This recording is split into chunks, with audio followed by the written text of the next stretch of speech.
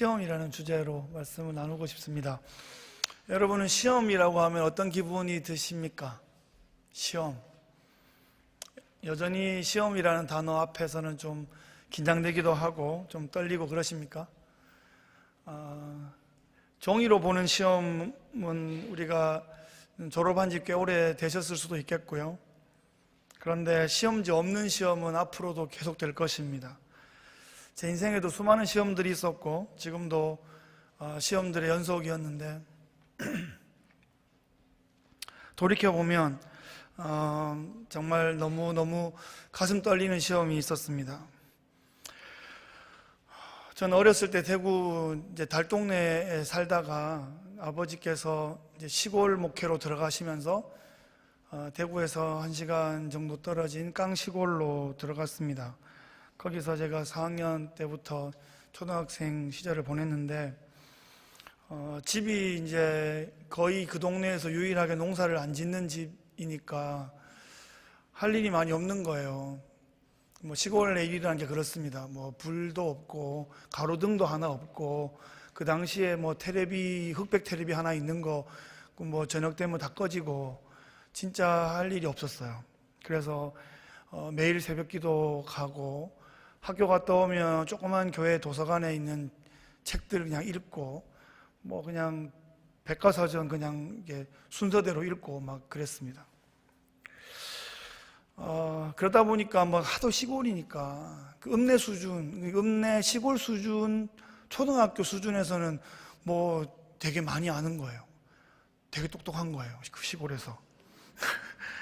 그래서 이렇게 중학교 입학시험을 봤는데 읍내 초등학교가 있고 우리는 시골에 있는 초등학교인데 읍내 중학교 시험을 봤는데 문제가 너무 쉬운 거예요. 틀릴 게 없었어요. 그 시골 수준이어서 그래요. 도예지도 아니고 미국도 아니고 그 깡시골에서 그랬습니다. 그래서 그 수준에서는 틀릴 게 없었고 제가 하나라도 틀리면 되게 뉴스가 되고 그랬어요. 두 반밖에 없는데 일반 반장을 했었고 선생님이 부탁하는 거 있으면 뭐든지 하고 그랬습니다. 그냥 일반 반장이고 그 읍내 목사 아들이고 그래서 나름 그 시골에서는 그냥 그 지역에서는 재밌게 잘 지냈어요. 그런데 선생님이 부탁하시면 나는 반장이기 때문에 또 목사 아들이기 때문에 이제 열심히 잘 해드려야 된다. 이제 항상 그런 마음으로 있었는데 선생님들이 거의 대구에 사시는 거예요. 1-2시간 이렇게 출퇴근을 하시죠.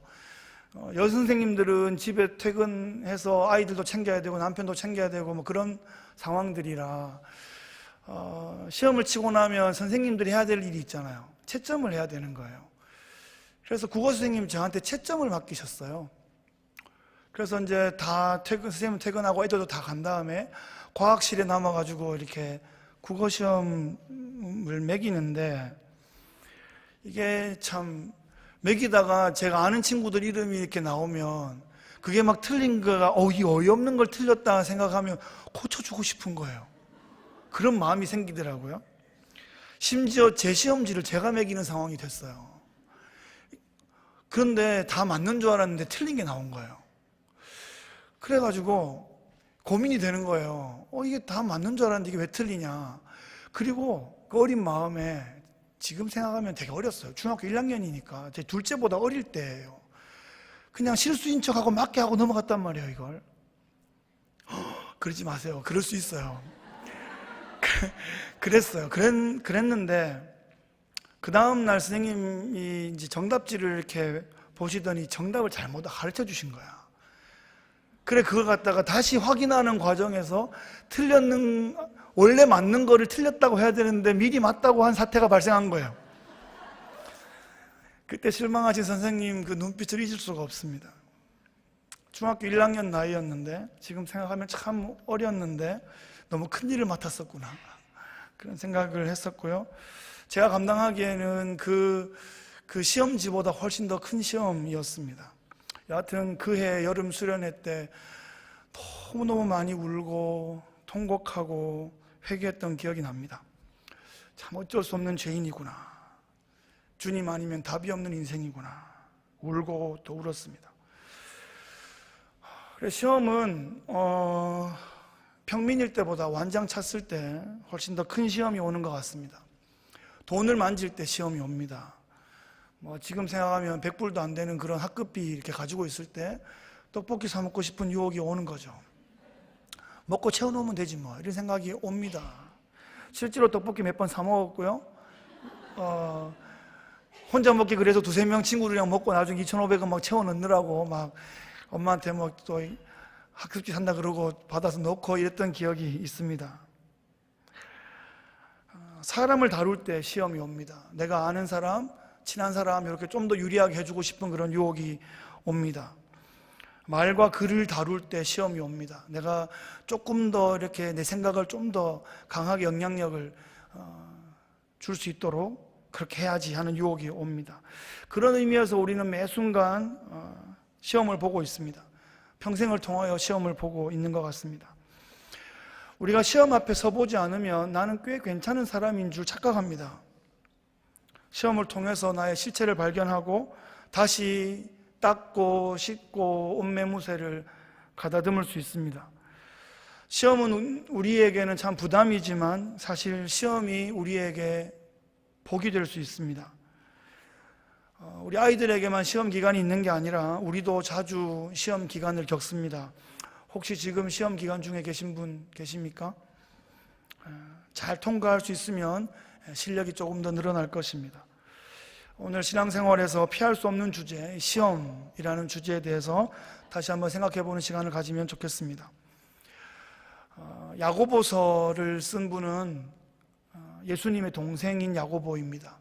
요한의 형제 야고보가 아니라 예수님 동생 야고보인데, 이제 복음서에 등장하는 야고보는 형님인 예수님을 매우 못마땅하게 생각하고 조롱하고 비난하고 심지어 미쳤다고 하고 가문의 수치라고 생각하고 그랬습니다. 하지만 예수 그리스도의 그 십자가 부활 사건을 경험한 이후에, 오순절 성령 강림 사건을 경험한 이후에 몇 년이 지나고 나니까 이 야고보가 예루살렘 교회의 수장이 되어 있었습니다. 의심 많던 예수님 동생 야고보가 초대 예루살렘 교회의 리더가 되었습니다. 예수님 덕분에 그 배경으로 프리미엄을 얻어서 빨리 무슨 리더에 올라가는 그런 개념이 아니라 가장 먼저 생명을 내어놓아야 하는 가장 위험한 위치에 스스로 가신 겁니다. 마치 일제시대 때 교회 대표를 맡으면 가장 먼저 일본 순사한테 끌려가서 모진 고문을 당하고 순교할 수 있는 그런 위기에 있는 것처럼 지금 로마의 압제를 당하고 있는 그 예루살렘에서 황제 숭배를 거부하는 그 교회의 리더로서 이 편지를 쓰고 있습니다. 당시 교회 공동체는 잘 나가는 공동체가 아니라 매우 가난하고 위험한 공동체였습니다. 그래서 교회는 이 세상에 살면서도 세상과 마찰을 일으키지 않는 그런 조용한 크리스찬으로 살고 싶은 그런 유혹을 날마다 받았을 겁니다. 어쩌면 교회와 잠시 결별하면 좀 더 안전하고 편안한 삶을 보장받았을지도 모르겠습니다. 그때 야고보는 시험을 치르고 있었습니다. 생존의 유혹을 받고 있었죠. 하지만 찰나와 같은 인생을 살면서 며칠 더 생명을 연장하는 것보다 일생 중에 영생을 포기하지 않는 그런 삶을 선택했습니다. 먼저 자신이 그 시험을 치르면서 교회 공동체에게 이 시험을 잘 치르자고 그렇게 권면하고 있는 것입니다. 오늘 1절 말씀 한번 보시면, 하나님과 주 예수 그리스도의 종 야고보는 흩어져 있는 12지파에게 문안하노라. 야고보는 지금 흩어져 있는 12지파에게 문안하고 있습니다. 이 편지를 받는 사람은 12지파입니다. 그런데 사실 구약 성경에 나오는 르우벤, 시므온, 레위, 유다 이렇게 되는 12지파는 지금 별 의미가 없어졌어요. 10지파는 아수르한테 이미 망하고 혼혈이 되어버렸고, 그 나머지 지파들도 150년 뒤에 바벨론 포로로 갔다 오고 난 다음에는 12지파라는 의미가 퇴색이 되어 있습니다. 그런데 흩어져 있는 12지파라고 표현할 때는 구약의 12지파의 영적인 회복으로서의 교회 공동체를 의미하는 것입니다. 지금 교회 공동체가 흩어져 있다는 거예요. 흩어져 있다는 것 자체가 어떤 핍박과 압박이 있다는 것이고, 흩어져 있는 그 모습이 우리의 정체성이자 사명의 모습이라 그렇게 이해할 수 있겠습니다. 여기서 우리가 생각해야 될 것은 교회는 어느 시대에나 다수이지 않았다는 것입니다. 교회가 다수가 되고자 하는 그런 노력을 하는 순간 자칫 오류와 부패에 빠질 수 있습니다. 교회는 소수의 진실한 공동체로서 그 시대 가운데 임팩트를 주도록 그렇게 부름을 받았습니다. 하나님은 교회를 빛과 소금으로 부르셨습니다. 이 빛과 소금이라는 그 사명 그 자체가 그 역할상 어두운 곳에 또 엄청 넓은 곳에서 역할을 해야 하는 것입니다. 그곳에서 자신의 정체성을 잘 드러내어야 사명을 감당할 수 있습니다. 반드시 다수여야지만 역할을 잘할 수 있는 것이 아닙니다. 창조적인 진실한 소수가 될 때 어둠의 시대를 밝히고 썩은 세상을 살려낼 수 있는 것입니다. 세상은 원래 어두웠습니다. 세상은 원래 썩어 있었습니다. 그래서 세상 탓을 하는 것은 헛된 것입니다. 정말 중요한 것은 교회가 교회되고 있는가, 오직 그것 하나에 우리가 집중해야 할 것입니다. 그런 의미에서 야고보는 이 세속의 시대를 살아가는, 또 교회가 점점 힘을 잃어가는 것처럼 보이는 이 시대 가운데 흩어져 고난당하고 있는 교회 공동체, 우리 모두들에게 이 편지를 쓰고 있는 것입니다. 2절 말씀 보시면, 내 형제들아 너희가 여러 가지 시험을 만나거든 온전히 기쁘게 여겨라, 이렇게 말하고 있습니다. 핍박을 당하고 있는 믿음의 형제들에게 여러 가지 시험을 만나게 될 때 기쁘게 여겨라, 이렇게 말하고 있어요. 발상의 전환입니다. 사실 시험을 만나면 기쁩니까, 여러분? 시험은 즐겁구나 산 넘어길, 미친 것 같죠? 예. 시험은 역시 부담되는 거예요. 시험은 역시 마음에 걸리적거리는 겁니다. 그런데 시험이 내 인생에 없으면 정말 좋을까? 정말 행복할까? 시험이 없으면 내 실력을 알 수가 없어요. 시험이 없으면 내 실력을 증가시킬 방법이 없어요. 아이들이 이제 운동을 하는데 큰아이가 3단 뛰기를 해요. 레코드가 항상 중요하죠. 몇 피트를 뛰었는지, 자기가 몇 피트가 최고 기록인지를 알고 있고 다른 학교 친구들이 어느 정도 뛰는지를 알고 있어요. 그래서 자기는 그 기록을 넘기 위해 노력하고 또 다른 경쟁하는 친구들의 기록을 또 넘기 위해 노력하는 거예요. 그러면서 실력이 느는 거죠. 그냥 뛰기만 하고 기록을 전혀 안 재면 실력은 늘지 않습니다. 태권도를 하고 있는데 정기적으로 시합이 있어요. 스파링을 하는 거예요. 요즘 이제 큰 아이가 되고 이제 스파링을 하면 발로 그냥 이렇게 머리를 막 차요, 이렇게. 그런데 그게 겁나가지고 차보지도 않고 맞아보지도 않고 그러면 전혀 늘지가 않아요. 예. 그 긴장 가운데, 잘못 맞으면 기절할 수도 있는 그 긴장 가운데 자기를 이렇게 자꾸 세우게 될 때 실력이 늘어나는 것입니다. 두렵지만 자신을 노출시키고 자꾸 꺼내봐야 됩니다. 그래야 실력을 알 수 있고 그래야 성장합니다. 설교를 하는 것도 어떤 의미에서는 시험을 치는 것입니다. 평가를 받는다는 의미가 아니라 이것을 실전에서 자꾸 경험한다는 측면에서 그렇습니다. 두렵기도 하지만 그렇게 자꾸 꺼내놓고 몰아세워야 긴장감 가운데 성령의 도우심을 구하게 되고 하나님의 은혜를 또 더 경험할 수 있습니다. 부담스럽지만 시험을 자꾸 치다 보면 점점 패턴에 익숙해지고 어려운 문제들의 해법을 터득할 수 있게 됩니다. 시험을 통해서 인내를 배울 수 있다. 오늘 본문은 그렇게 가르쳐 줍니다. 인내가 실력입니다. 못 참고 벌떡벌떡 일어나는 것이 지는 것이고 참고 버틸 수 있으면 이길 수 있습니다. 그것이 바로 시험을 통한 선순환의 상승작용이라고 할 수 있겠습니다. 시험을 잘 감당함을 통해서 개인뿐 아니라 공동체가 점점 상향 평준화의 길로 갈 수 있습니다. 시험을 통해서 내 실력이 늘어나면 또 더 큰 시험을 더 잘 통과할 수 있는 그런 근력이, 또 그런 경험치가 우리에게 생기는 것입니다. 시험을 치고 싶어도 못 치는 분이 있어요. 어제 소천하신 분은 시험을 치고 싶어도 못 치는 거예요.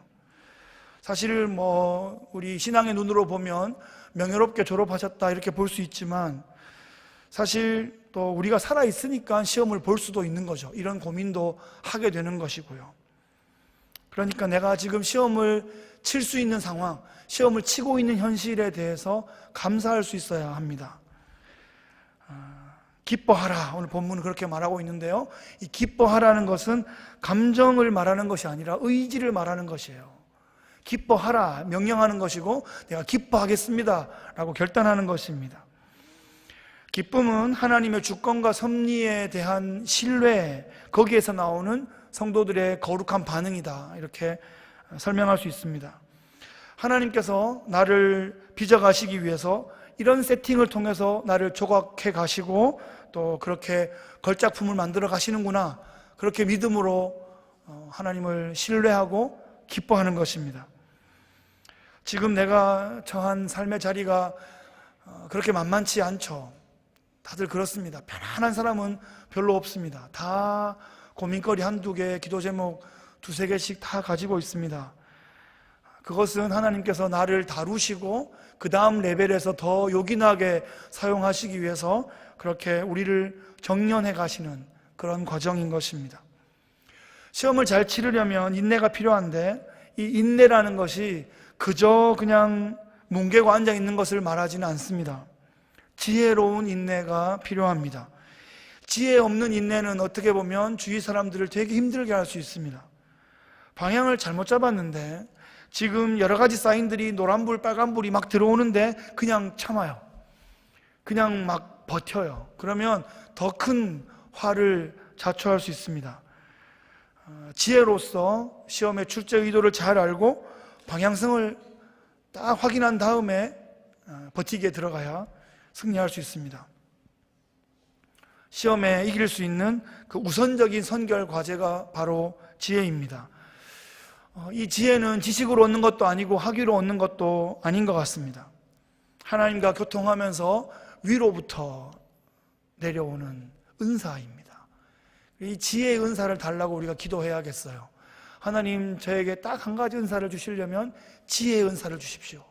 이렇게 기도하는 것은 너무나 올바르고 하나님 마음에 합당한 기도라고 믿습니다. 왜냐하면 이 지혜가 있으면 가장 중요한 것, 하나님이 지금 가장 소중하게 생각하는 것을 분별할 수 있기 때문입니다.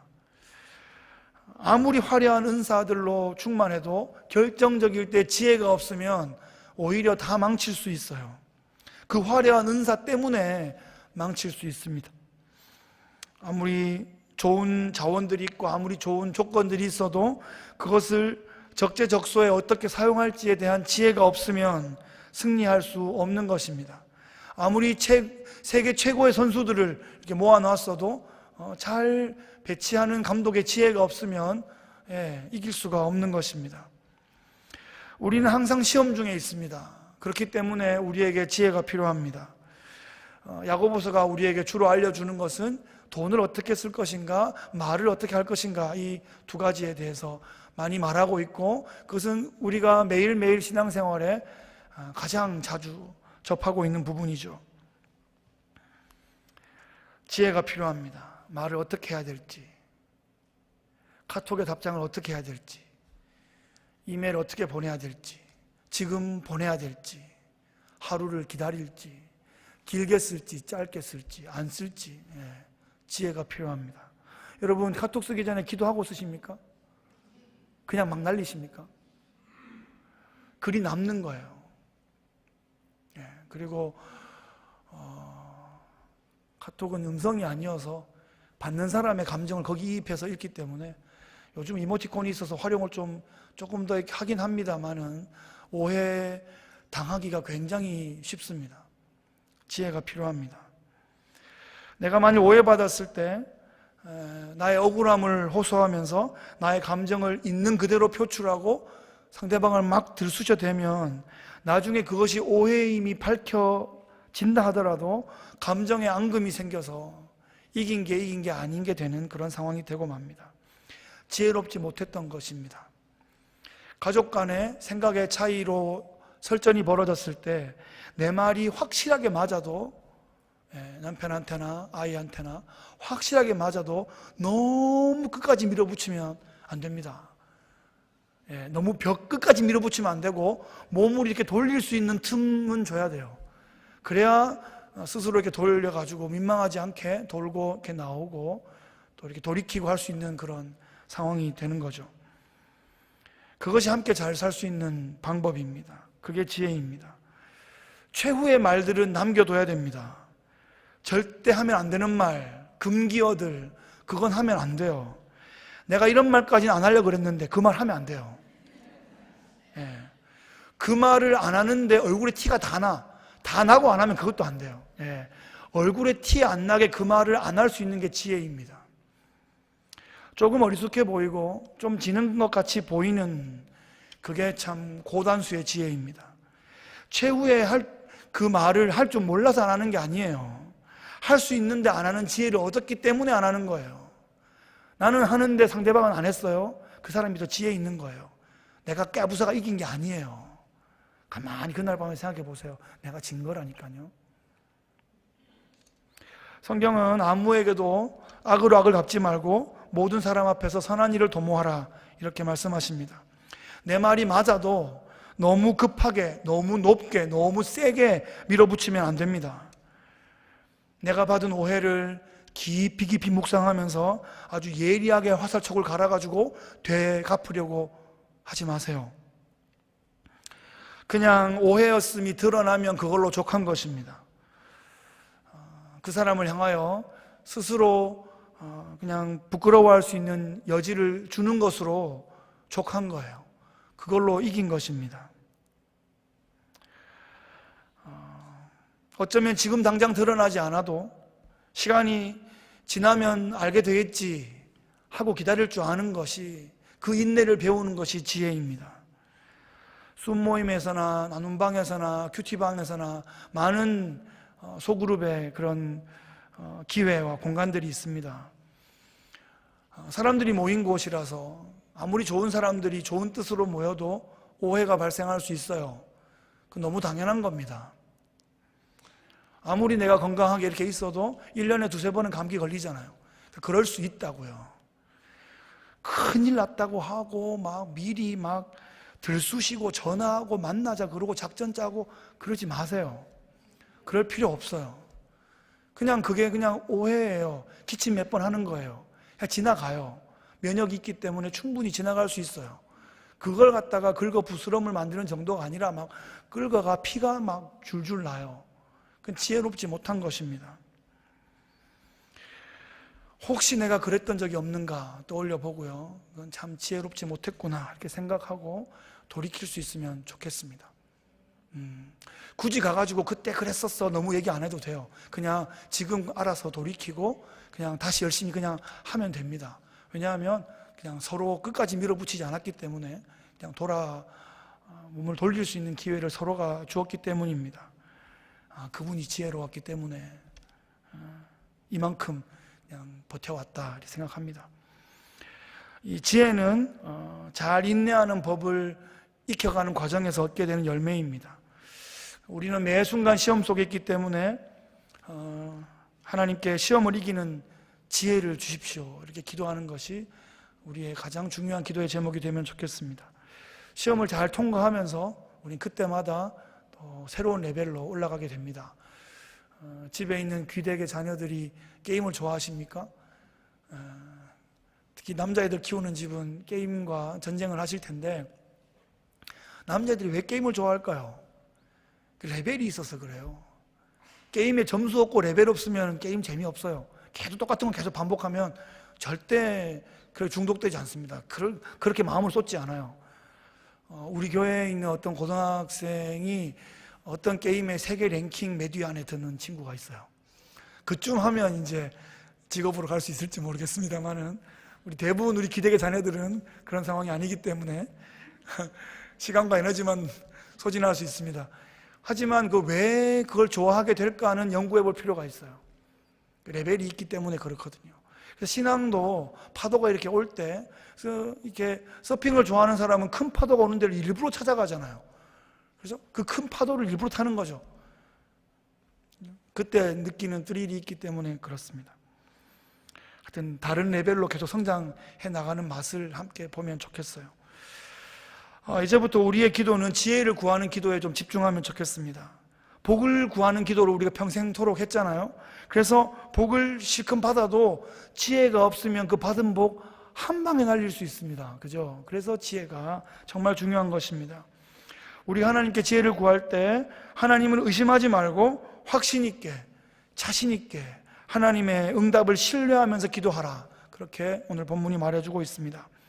하나님께서 과연 주실까 안 주실까, 다른 길도 좀 찾아봐야 되지 않을까, 그렇게 두 마음을 품고 기도하는 것이 아니라 싱글 마인드, 심플 마인드로 하나님께 나아가면 하나님께서 반드시 응답하신다, 이 믿음 가지고 기도하라는 것입니다. 하나님은 의심을 통해 일하시는 것이 아니라 확신을 통해서 일하십니다. 두 마음을 가진 사람은 전쟁에 나가서 양편에 동시에 충성해서 자신의 유익을 구하고자 하는 박쥐 같은 사람일지 모르겠습니다. 어느 곳에서도 나중에는 환영을 받지 못하게 돼요. 자신의 정체가 드러나면 공동체에서 축출되게 됩니다. 양다리를 걸치면 안 됩니다. 양다리 걸치면 망해요. 여러분이 보신 드라마나 영화에서 양다리 걸친 인간이 잘 되는 거 보셨어요? 안 되게 되어 있다니까요. 결국은 큰 봉변을 당하게 됩니다. 나를 사랑하시고 나를 위해 아들을 주신 그 하나님을 신뢰하기로 결정했으면 그 하나님만 믿고 나가는 거예요. 그 하나님께서 반드시 응답하십니다. 젊었을 때 나에게 짝지어 주신 그 배우자를 감사함으로 받고 나에게 가장 알맞고 적합한 분을 붙여주셨다, 이렇게 생각하고 그냥 돕고 믿으며 섬기며 나가는 거예요. 여러분 아멘 하셔야 되죠? 아멘이에요. 별 사람 없어요, 여러분. 달 사람도 없어요. 그냥 다 지구 사람이에요. 뭐 화성에서 왔고 금성에서 왔다 그러는데 그냥 다 그건 비유적인 말이고 다 지구에 사는 사람들이에요. 다 맞추면 맞출 수 있어요. 맞춰서 살아가는 거예요. 맞춰서 사랑하고 신뢰하는 마음으로 맞추면 됩니다. 두 마음을 품으면 망하는 거예요. 구약 성경 내내 보여주신 것이 두 마음 품다가 망하고 있는 이스라엘 모습을 계속하여 보여주고 있어요. 신약 성경의 마지막에는 오직 한 마음으로, 순전한 마음으로 신랑 되신 예수님을 바라보는 그 순결한 신부의 공동체인 교회의 모습을 보여주고 있습니다. 두 마음을 품어서 잘된 예가 없어요. 두 마음을 품는 것은 사탄이 주는 아주 교묘한 전략이에요. 이때는 이렇게 하고 이때는 이렇게 하면 돼. 굉장히 아주 세련되고 아주 유용한 그런 전략 같지만 그게 망하는 거예요. 두 마음을 품은 사람은 마음에 정함이 없는 사람이다. 바다 물결이 요동치는 것 같은 모습이다. 이렇게 오늘 야고보가 이야기해 주고 있습니다. 하나님은 그렇게 요동치는 바다 물결처럼 믿으면 안 되고 견고한 반석처럼 그렇게 하나님을 신뢰해 나가야 합니다. 말씀을 정리하겠습니다. 신앙생활에서 시험은 항상 있습니다. 언제가 가장 큰 시험일까요? 여러분, 주님 앞에 서는 순간이 가장 큰 시험, 절대절명의 시험입니다. 그런 의미에서 볼 때 이 땅에 있는 모든 시험은 그 마지막 파이널 시험을 위한 예비고사라고 할 수 있어요. 주님 앞에 섰을 때 우리가 천국에 입성할 수 있는 이유에 대해서 정답을 선포할 때 내 전신에 흐르는 그런 짜릿짜릿한 그런 전율을 미리 자꾸 좀 연습해 보면 좋겠습니다. 저는 간혹 연습합니다. 인사하고 웃어주고 정답을 말하는 그 연습을 간혹 합니다. 시험을 준비하는 것이 때로는 버겁고 고생인 것 같아서 피하고 싶고 무시하고 싶을 때도 많지만 결국 시험을 준비할 수 있는 것이 복입니다. 시험 준비 안 하고 땡땡이 치는 게 복이 아니라 그것은 심판을 자초하는 어리석은 모습입니다. 시험을 준비하는 것을 기뻐할 수 있다면, 기쁘게 시험을 준비할 수 있다면 그것이 인생 최고의 지혜일 것입니다. 시험을 통과함으로 지혜를 얻고 또 인내를 얻어서 또 그 다음 시험을 또 잘 준비해 갈 수 있다면 신앙생활의 기쁨, 희열을 맛보며 함께 신앙생활 해나갈 수 있을 겁니다. 하나님을 신뢰하는 것이 우리의 복입니다. 나눠지지 않는 마음, 심플 마인드, 싱글 마인드가 필요합니다. 일편단심 우리가 주님만 바라보고 순전한 신앙의 길을 걸은 믿음의 사람들은 반드시 보상을 받게 될 것입니다. 우리는 지금 함께 그 길을 가는 것이에요. 그것이 신앙 공동체의 가장 중요한 역할입니다. 그 길을 우리가 함께 간다는 거죠. 성도들이 서로 엮여져서 이 광야의 길을 헤쳐나가고 산 넘고 물 건너서 그 성전에 올라가는 노래를 부르는 것처럼 그렇게 함께 하나님의 임재를 향해서 나가는 것이에요. 그것이 야고보서를 받은 성도들이 서로에게 해야 할 가장 중요한 과제였고 오늘 야고보서를 받은 우리가 해야 할 동일한 과제입니다. 이 시험은 개인적인 시험이면서 동시에 공동체가 함께 치러나가고 함께 극복하고 성장해 나가야 할 그런 시험들입니다. 거룩한 시대적인 그런 사명이기도 합니다. 우리에게 맡겨주신 이 과제를 함께 기도하면서 함께 협력하면서 함께 잘 치러나가면 좋겠습니다. 하나님께 맡겨드리고 그저 믿음으로, 그저 감사함으로, 함께 서로 격려함으로 오늘도 기도의 자리에 나가는 신실한 백성 되시기를 주의 이름으로 축복합니다. 기도하겠습니다. 참 좋으신 하나님 아버지 감사합니다. 오늘 주신 야고보의 이 귀한 가르침을 통해서 우리에게 주신 시험을 기뻐하며 또 감사하며 서로 함께 격려하며 응원하며 잘 헤쳐나갈 수 있도록 그런 인내와 그런 지혜를 우리에게 허락하여 주시옵소서. 예수 그리스도 이름으로 기도합니다. 아멘.